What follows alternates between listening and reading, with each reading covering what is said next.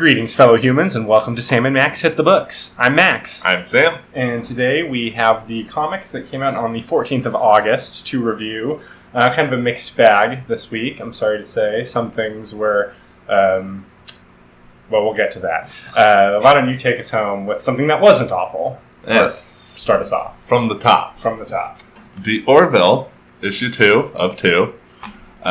This is the conclusion of Ed and Gordon crashing on that crazy planet that shot them down and finding the race of bird people who have been surviving through the food synthesizers. Right, not replicator. Right, on a Union ship that crashed on that planet years ago. We find out in this issue that when the ship crashed, there was a radiation leak, and it has basically wiped out all the other living anything on this planet. It's dark. Yeah, it's sad, and I really like seeing this earlier design of Union ship, like the Union ship from 100 years ago, because there's so many similarities. It's just like blockier and has a bigger gun on top. Yeah, exactly. Like it's the old school car. I like that big gun on top. Really indicates that 100 years ago the Union was not really as peaceful as it is nowadays, doesn't it? It does seem that way.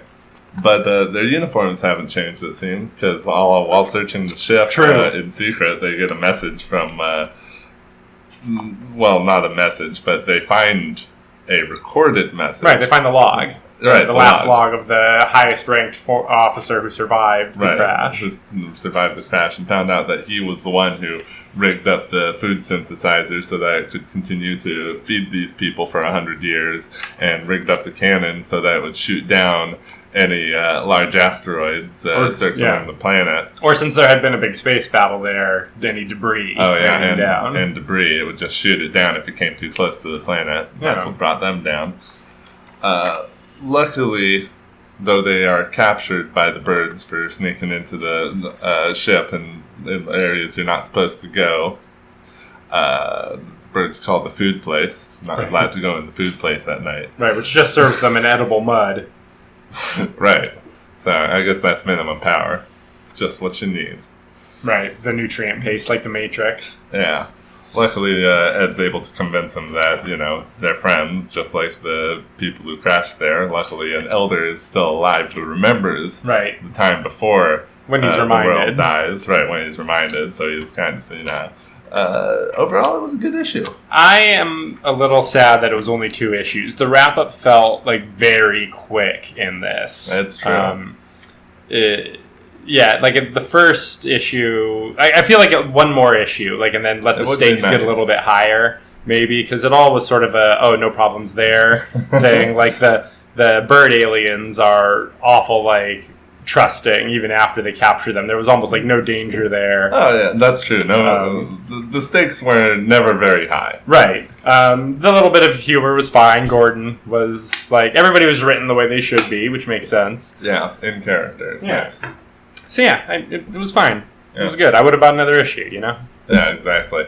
But yeah, I guess this goes right into season 2, which we've seen. Yes. Yeah, and that was the boring stuff. Honestly, all the stuff with having the commander first meet and get to know Cassius, it all just felt here's B plot to fill this space, but it was so we know what happens with this, and we know the whole arc of how this whole thing goes, and so this was cute to get a mention, but you almost wish it was just a quick aside and not the entire B plot of this series. Agreed, but maybe there will be more, and we'll get something that's after season 2. Yeah, cool.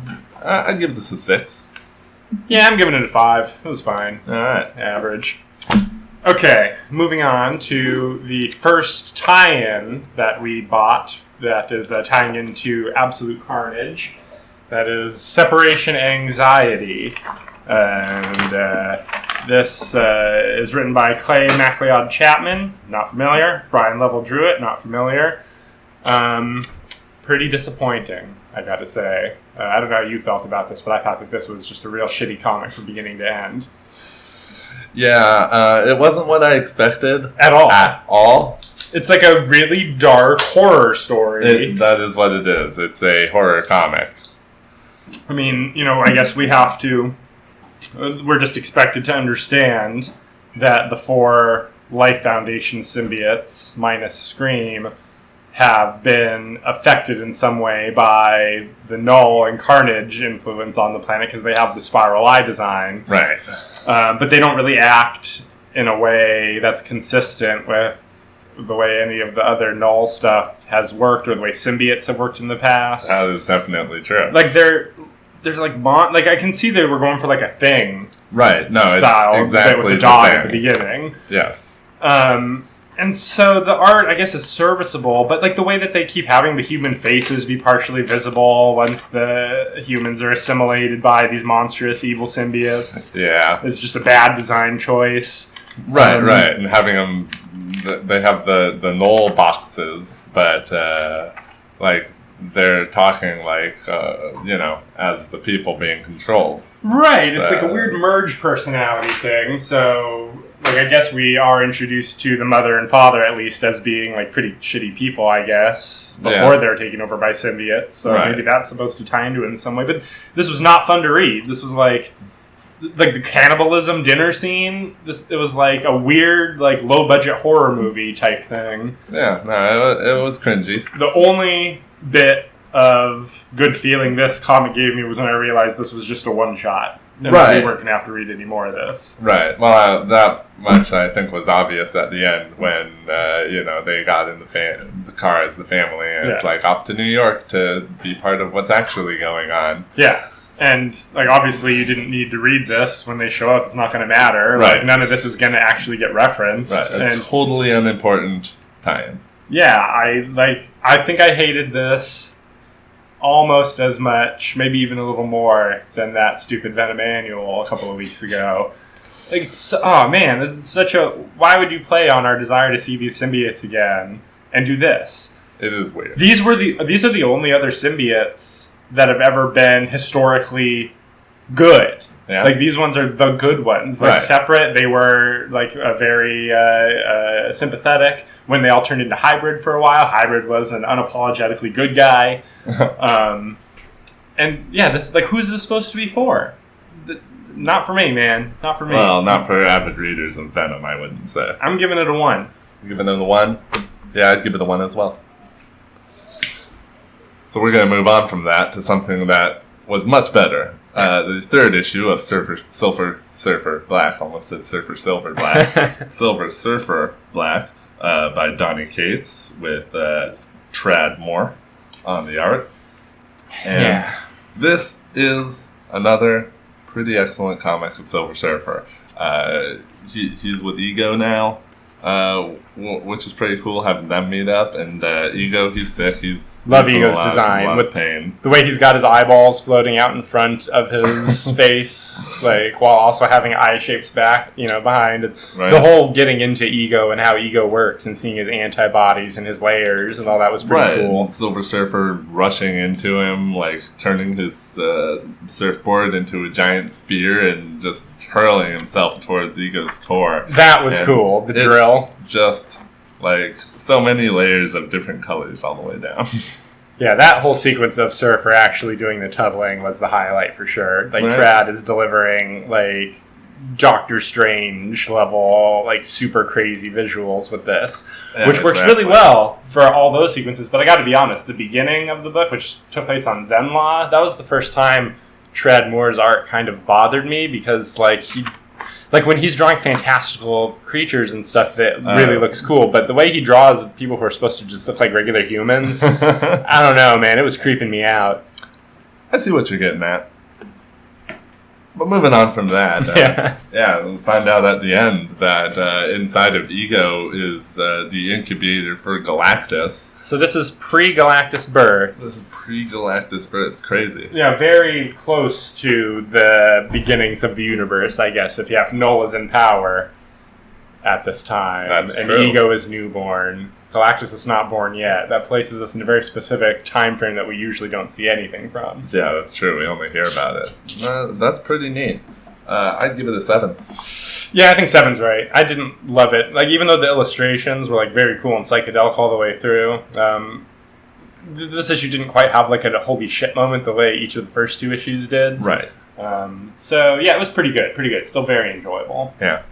Moving on to Powers of 10, issue 2 by Jonathan Hickman and somebody Silva, R.B. Silva. R.B. Silva.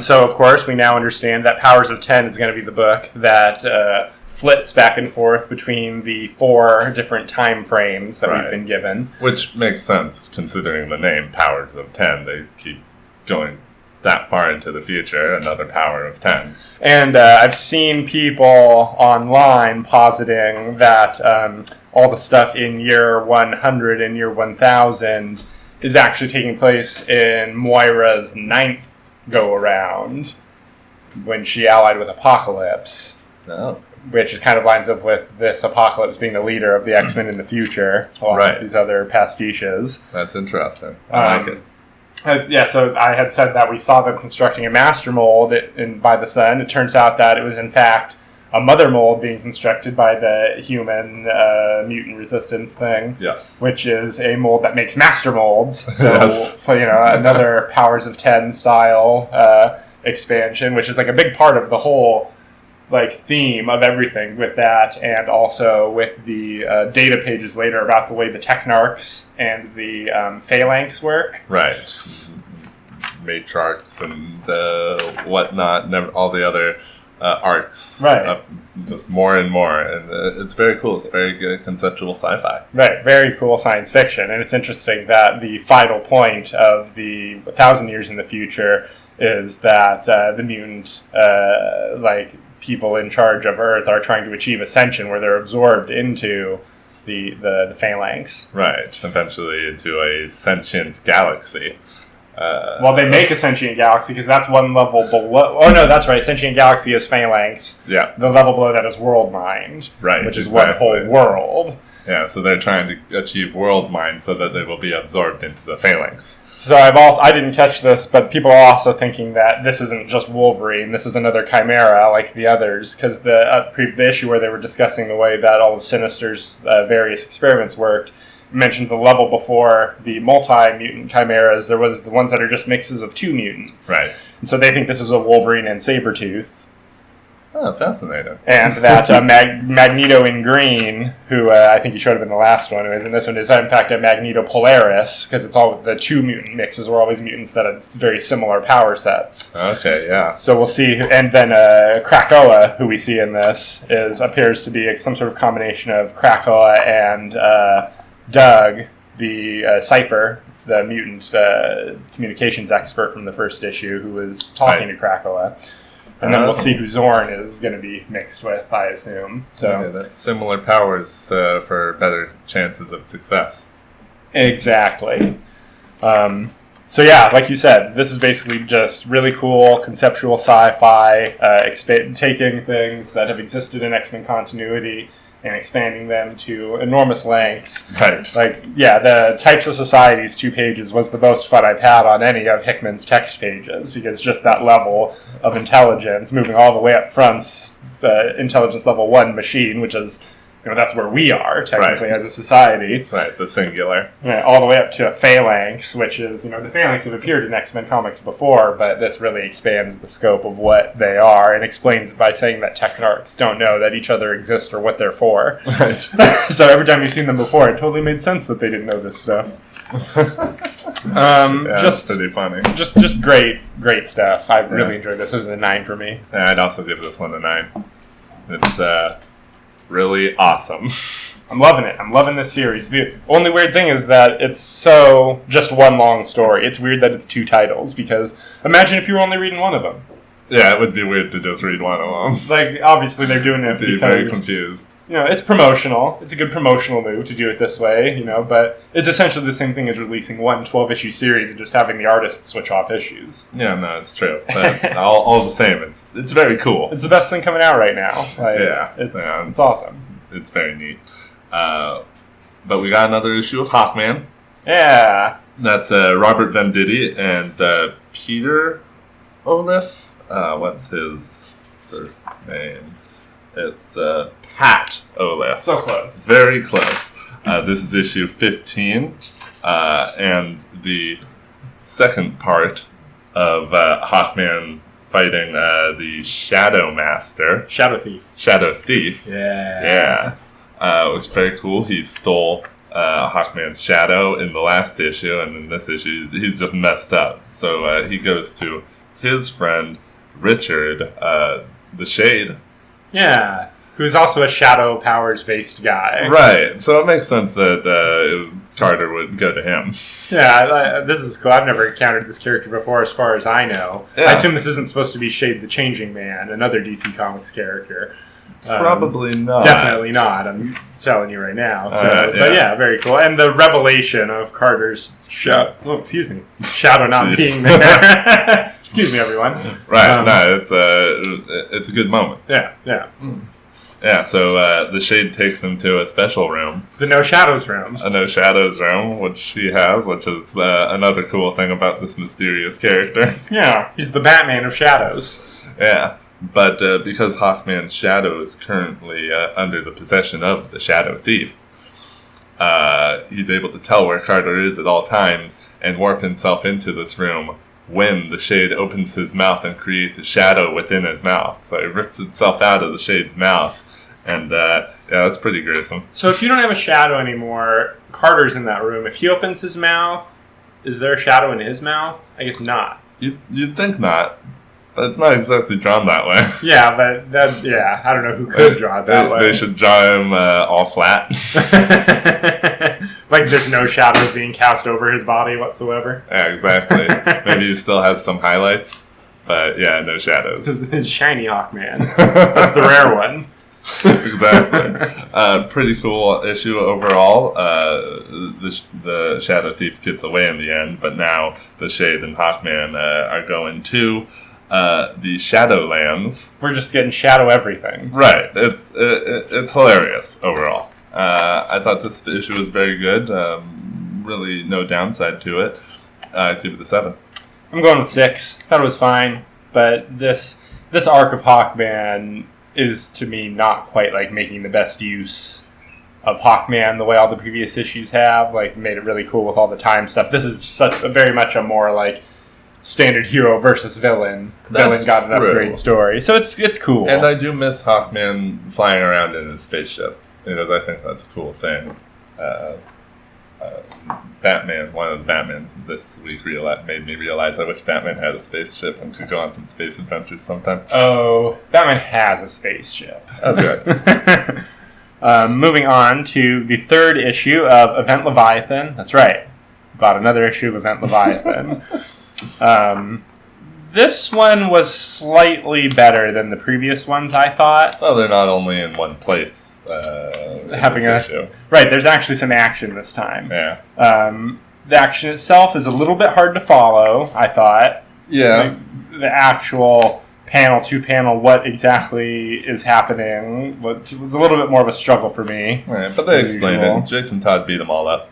And that's the thing, though. Yeah. Jason Todd, who at this point we're probably supposed to not think is Leviathan, so there's just Jason Todd. I didn't know he was such a good martial artist.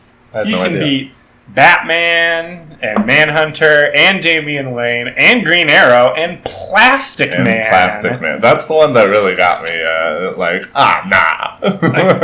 And I mean, damn, like Jason Todd. Yeah, I had no idea. So yeah, that was entertaining. That was an entertaining sequence, but having all of the detective characters in the Fortress of Solitude pointing fingers at each other continues to not be the most compelling plot I've ever heard about. Yeah, that's true. Though it is funny when they're like, "Oh, Amanda Waller left some tech here and it's been spying on us," and Batman's just like, "We gotta go." Damian's like, "No, it's cool. I found it." Right? Immediately.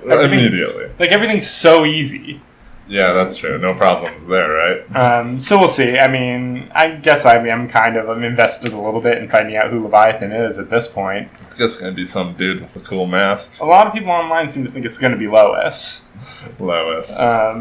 Which, oof. It's adorable. Yeah, right? I'm going to give this one a 4. I'm still not loving it, but I don't remember what scores I gave the previous issues, so I don't know if I'm actually rating it lower or higher, but I was entertained a 4 this week by this. Right. I'd give it a 5. All right, cool. All right. We got another Batman. This is a Peter J. Tomasi Batman with Christian Deuce as the artist. And this cover is lies. This cover is lies because it says right here on the cover, Batman Detective Comics, Flash frozen by Freeze. So I'm thinking, oh, okay, Batman's going to fight Freeze in this. Right. But instead, what you get is a Bruce Wayne issue where he's going and doing some business. He's doing some business about environmentalism. And, you might think that, all right, so Mr. Freeze is going to show up and somehow affect this plot. Right, you'd think so. But instead, Wade Wilson. No. Slade. No, that's Deathstroke. This is Deathshot. Or Deadshot. Deadshot. Floyd Lawton. Right. Yeah. I know. Similar costumes. I know. Yeah. Deadshot shows up on their plane or jet, whatever they're flying on, to go to their meeting about climate change. Because the entire Wayne Enterprises board is being forced against their wishes to share a jet while they fly overseas. Right. Because of climate change. At least they're doing something. I did think that Tomasi's Bruce Wayne was pretty good in this issue at, being Bruce Wayne. Definitely. Nobody would think that this kind of arrogant rich guy is Batman. Hey, those cars are shitty. Can I just buy them all so you'll stop talking about it? Right. We don't want that. I did have a little bit of a problem with Batman saying... never trust the machine to do a human's work, and then the Deadshot says the same thing to the pilot when he takes the pilot out for a second. It's a little weird. They're just both saying the same thing. No, yeah, that makes sense to me. Right. They're smart guys. Yeah, I suppose. It's Bruce is saying it, and he's being proven right by Deadshot. Well, I guess. Anyway, luckily the plane is struck by lightning and goes down. I know. That was the craziest part to me. I was like, wait, is Black Adam about to show up? Right, you expect somebody else to be attacking. The plane got struck by lightning? Got struck by lightning. Tears a hole in it. It's going down. Even Deadshot's like, if we survive this, I'm killing you first, Bruce. Right, because Bruce Wayne does a very good and cool job of saving everyone on the plane. Well, that's true. He gets everybody back into their seat and strapped in. Good for him. But then he falls out the plane, and then Mr. Freeze is like... In a teaser. Yeah, he's teasing us with not being in this issue. You know what the funniest thing about this is? Is that Superman was supposed to come out this week, and it's been delayed by a week because DC needed to... what they said is they're changing the covers on the issue, so they have the shops pulp the issue that they got sent, and they're going to send them the new one next week. And the reason they gave is that the covers of those issues no longer match the contents. Oh, well, good for them. Right, here we are. And this seems to be just as bad of a case of that. That's true. Maybe they didn't want to pull both in the same week, so they're going to fix it one place at a time. They did Superman and Supergirl. Both got the same treatment this week. You can't do all three and Detective Comics. I wonder if they squeezed in those last 2 pages instead. They're like, okay. I can totally see them doing that. I give this a 2.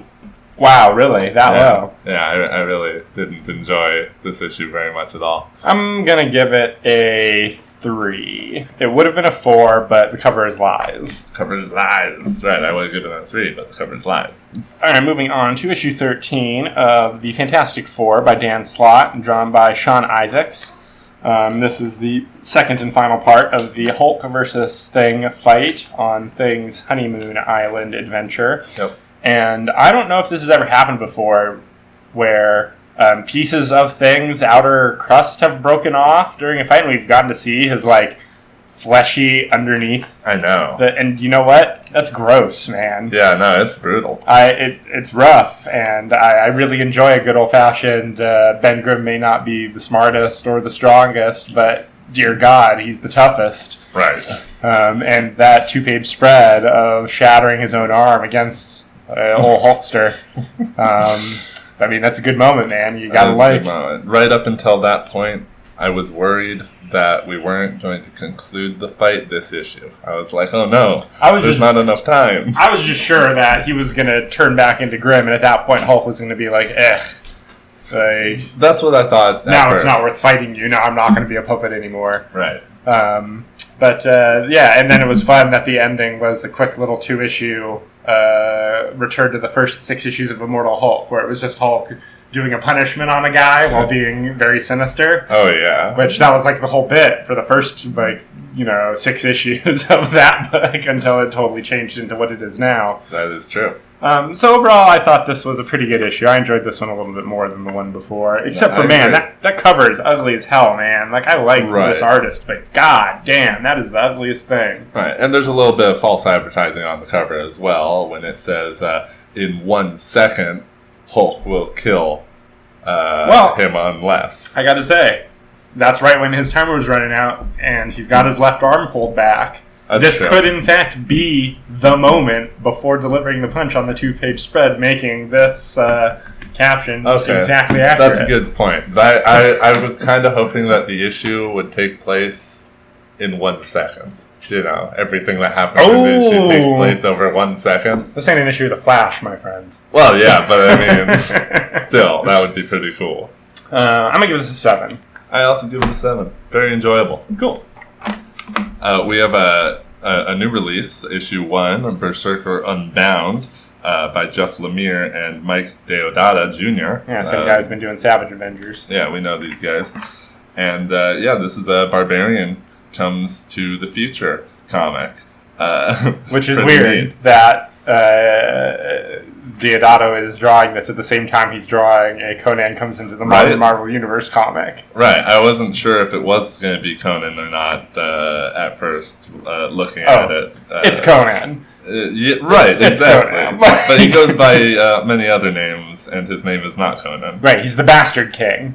He's the Bastard King, yes, the Berserker. Right, which is pretty cool. Very cool. Very rote setup, though. Like, it could not be any more, by the numbers. Right, yeah, he's out in the world doing his barbarian stuff, and he comes home to find that his village has just been slaughtered, his wife and kid dead, the whole place burned, and still some bandits there for him to fight. So he kills a bunch. Cuts off their arms, cuts off their heads. It's a lot of good battling. Yeah, he's dangerous. Yeah. That's definitely the highlight, is the excellently rendered Carnage. Right, exactly. No, it's great. But he gets wounded, has to flee, crawls into a cave in his shame, and falls through a portal right into modern day. Modern day New York, right? Modern day New York. It's found by an old guy. It's a good setup. We'll see if it goes anywhere with Barbarian in New York looking at the skyscrapers through the trees. It's a cool thing. I give it a 6. Yeah, I'm going to give it a 5. It was fine. It was fine. Average. I'll see if we get the next issue. Do you want to get the next issue? I'd read it if you pick it up. All right, we'll see how much comes out that week. Fair enough.